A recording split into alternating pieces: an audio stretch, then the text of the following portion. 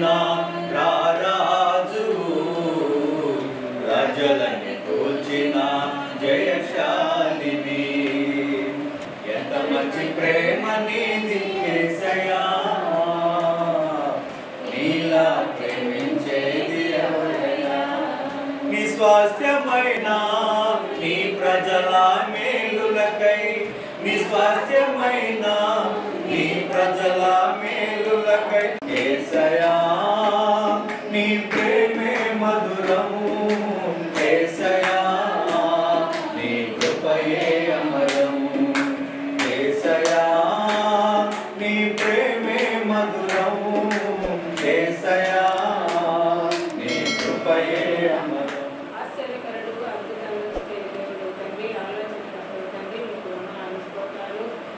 మా ఆలోచనలు మా తలంపులు కాదు నాయన, మీ ఆలోచనలు మీ తలంపులు తండ్రి అందుకు ఎలాంటి స్థితులు స్తోత్రాలు చెల్లించుకుంటున్నాం.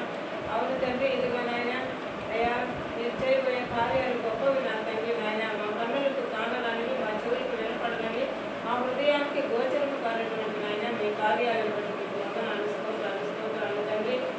ఈ కార్యక్రమంలో బిడ్డగా చక్కగా నాయన అయ్యా మీకు మహిమకరంగా నాయన ఎంతో మంది నాయన ఇదిగో తండ్రి పేదవారికి అయితేనేమి నా తండ్రి, దిక్కు లేని వారికి, విధవరాళ్లకు అయ్యా ఇదిగో పేద నా తండ్రి మాస్టర్స్ కూడా నాయన నేను అయ్యా ఈ కార్యక్రమం ద్వారా సహాయం జరగాలని నేను బిడ్డ ఆలోచన ఇంట్లో ప్రతి ఆలోచన నా తండ్రి సఫలపరచమని వేడుకుంటున్నాను. ఒక బృహత్తరమైనటువంటి కార్యక్రమంలో మనం అందరం ఉండడం చాలా సంతోషకరం. దేవుడు మనల్ని రక్షించి ఆయన నిత్య రాజ్యానికి వారసులుగా చేశాడు. దేవుని ప్రజలుగా జీవించడం గొప్ప భాగ్యం. సజీవులకు దేవుని పిల్లలుగా జీవించడం గొప్ప భాగ్యం. అయితే దేవుని పిల్లలుగా మనం ఈ లోకానికి ఎలా ఉండాలి? యేసు ప్రభువు వారు చెప్పారు, ఉపయోగకరమైన వ్యక్తులుగా ఉండాలి, వెలుగులాగా ఉండాలి. చీకటి పాపానికి, అజ్ఞానానికి కూడా విశ్వాసాలకు సాదృశ్యంగా ఉంది.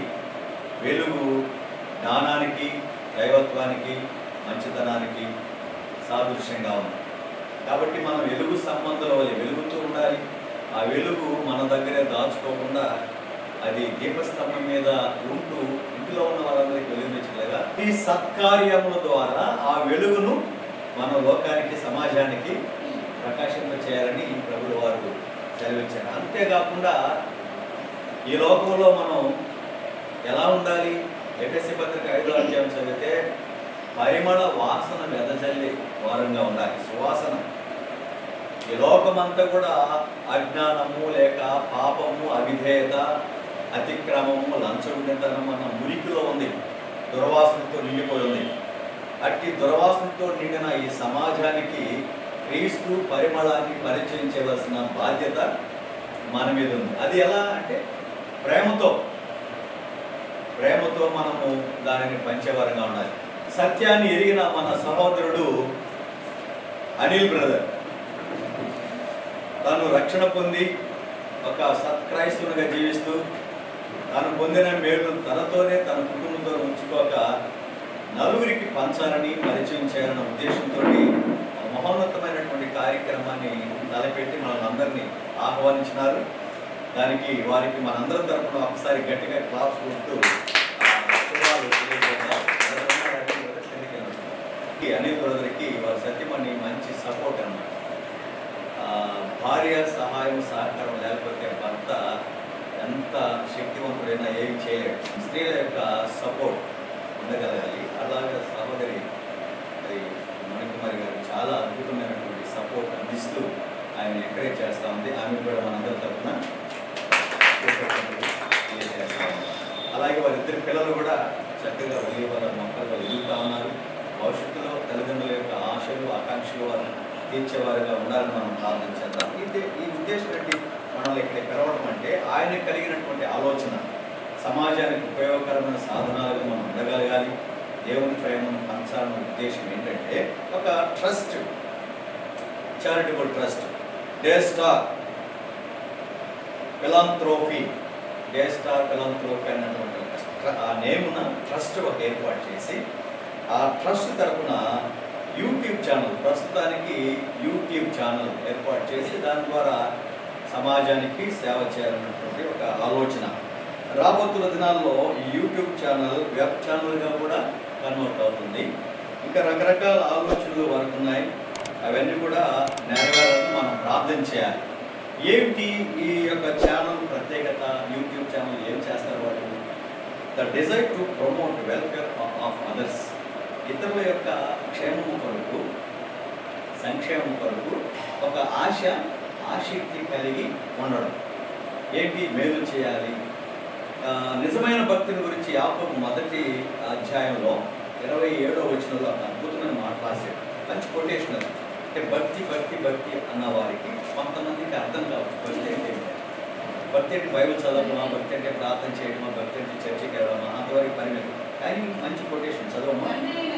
తండ్రి అయిన దేవుని ఎదుట పవిత్రమైన నిష్కళంకము అయిన భక్తి ఏదనగా దిక్కులేని పిల్లలను, విధవరాండ్రులను వారి ఇబ్బందుల్లో పరామర్శించుట, అదే సమయంలో ఇహలోక మాలిన్యము తనకు అంటకుండా తను తాను కాపాడుకున్నట్టే భక్తి అన్నమాట చాలా మంచి అర్థంతో వాటి.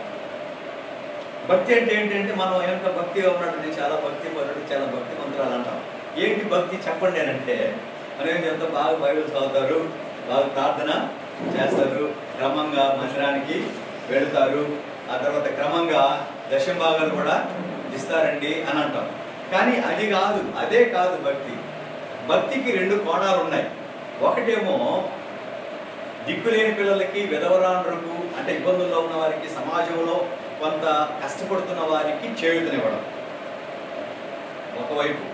రెండో వైపు ఈ సమాజంలో మనం బ్రతుకుతున్నాం కనుక ఈ సమాజంలో ఉన్న మాలిన్యము మన జీవితానికి అంటకుండా మనల్ని మనం కాపాడుకోవడం. ఈ 2 కలిస్తేనే భక్తి. ఎంత మంచి డెఫినేషన్ బైబిల్లో. ఆ సేవ చేయడానికి ప్రతి క్రైస్తవుడు ముందుకు రావాలి.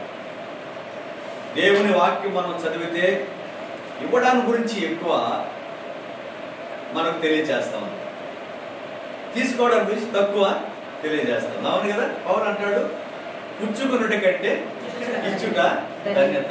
మీరు ఆది కాండం చూడండి, ఇవ్వడం గురించి ఎక్కువగా మనం చూడగలం. అంటే ఇవ్వడంలో ఒక జీవం ఉంది, ఇవ్వడంలో ఒక దాతృత్వం ఉంది, ఇవ్వడంలో ఒక చారిటీ ఉంది, ఇవ్వడంలో దేవుని ప్రేమ ఉంది. ఇవ్వడం అన్నది ఒక జీవ నది వలె ప్రవహిస్తూ అనేకమైనటువంటి ప్రాంతాలను మరి సస్యశ్యామలంగా మార్చడం లాంటిది ఇవ్వడం అనేది. అలాంటి పరిచర్య ప్రతి క్రైస్తవ కుటుంబం చేయగలగాలి. ఆ మంచి పని సహోదరుడు అనిల్ గారు తలపెట్టారు. వారికి మనందరి తరఫున ఇక్కడ ఉన్నారు కాబట్టి మరొకసారి శుభాలు తెలియజేస్తున్నట్టు. వారి ఈ ప్రయత్నము రాబోతున్న దినాలు అంచెలంచెలుగా అభివృద్ధి చెంది ఈరోజు యూట్యూబ్ ఛానల్, రేపు వెబ్ ఛానల్, ఇంకా ఏదైనా రాబోతున్న దినంలో కొత్త వస్తే వాటన్నిటికీ అప్గ్రేడ్ అయ్యి ఆ సమాజాన్ని దేవుని ప్రేమతో స్పర్శించాలని, సృజించాలని, తాకాలని, తద్వారా దేవుని ప్రేమను నచ్చాలని మనం అందరం కూడా ప్రార్థించాలి.